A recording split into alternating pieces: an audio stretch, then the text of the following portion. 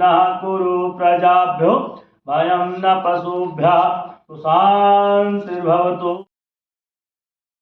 Friends, दादी ने इतने सारे लिखे बाद भी इतने सारे लिख रही हैं कि उधर तक इधर तक पहुंच जाएंगे। इतने सारे लिख रही हैं।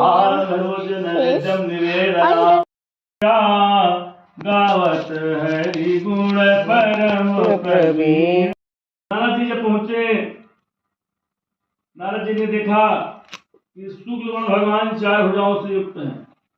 चारों भुजाओं में कर्म से भगवान ने कहा कि हे नारद, आपका आगमन वैकुंठ लोक में किस लिए हुआ है? आप क्या चाहते हैं वह सब कहें, मैं सुनना चाहता हूँ। नारद जी ने कहा कि हे प्रभु, मैं अनेक प्रकार के दुखों से दुखित होकर नाना प्रकार की योनियों में जन्म लेकर अपने पाप कर्म में लीन है। इसलिए हे प्रभु, कोई ऐसा उपाय बताइए जिससे प्राणियों का दुख, इससे संसार का कल्याण होगा और प्राणी पापों से मुक्त होकर परम पद को प्राप्त होंगे। भगवान कहते हैं कि हे नारद, कलयुग के लिए ऐसा उत्तम व्रत है जो कि महापुरुष को प्रदान करने वाला और स्वर्ग और पृथ्वी में दुर्लभ है। वह दुख से छूट जाएगा, सुख प्राप्त करेगा, अंत में मोक्ष को प्राप्त होगा। भगवान का वचन सुनकर आप काम नहीं कर रहा है, सुनकर भगवान का वचन सुनकर का क्या फल है, क्या विधि है, कब करना चाहिए? पहले किसने व्रत को यह प्रश्न समस्त दूसरा शोक को नष्ट करने वाला और संधान को बढ़ाने और श्रद्धा पूर्वक किया जा सकता है। दिया बुझ जाएगा। अरे चावल का आटा गुड़ मिलाकर चूर्ण बनावे और सब पदार्थ एकत्र करके सवैया लगाकर भगवान को अर्पण करें। के अपने बंधुओं के साथ कथा का श्रवण करें। नारद जी जब पहुंचे, नारद जी ने देखा कि शुक्ल भगवान चार भुजाओं से युक्त हैं। चारों भुजाओं में कर्म से भगवान ने कहा कि हे नारद, आपका आगमन वैकुंठ लोक में किस लिए हुआ है? आप क्या चाहते हैं वह सब कहें, मैं सुनना चाहता हूँ।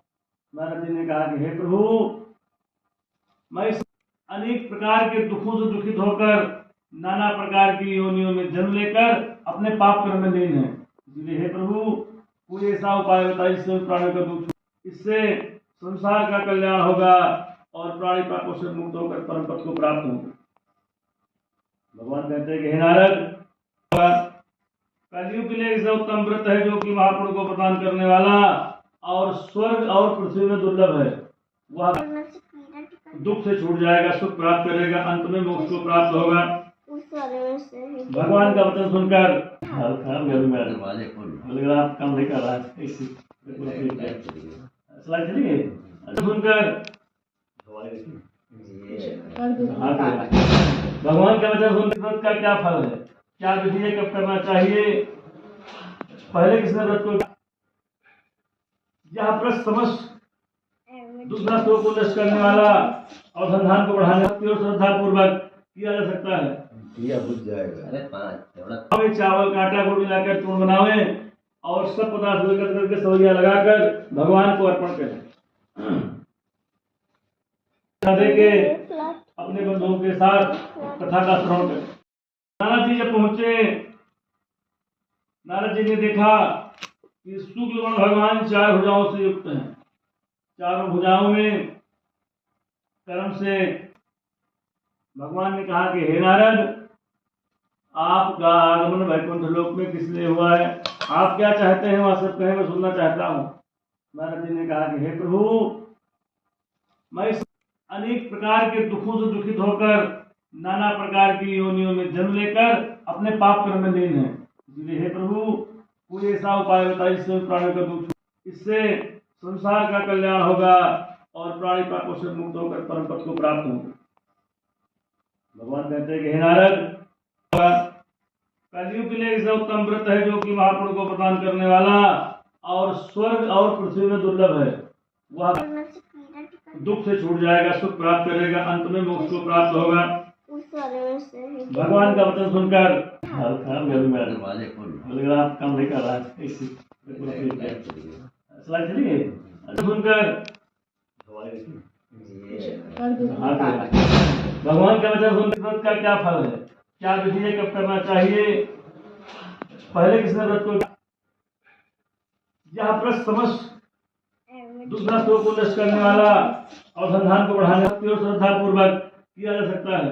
दिया बुझ जाएगा। अरे 5 हमें चावल का आटा गुड़ मिलाकर चूर्ण बनावे और सब पदार्थ एकत्र करके सवैया लगाकर भगवान को अर्पण करें।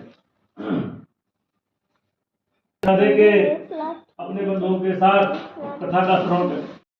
सुंदर काशीपुर में एक अति निर्धन ब्राह्मण सदानंद हुए। इस प्रकार कंगाल ब्राह्मण थे कि दिन भिक्षा के लिए घुमा करते थे। उस ब्राह्मण को देखकर भगवान को दया आ गई और भगवान ने एक वृद्ध ब्राह्मण का रूप धारण करके उसे करता हूँ कि कोई उपाय बताइए जिससे मांगने से मुक्ति मिल जाए। ब्राह्मण देवता था, भगवान बोले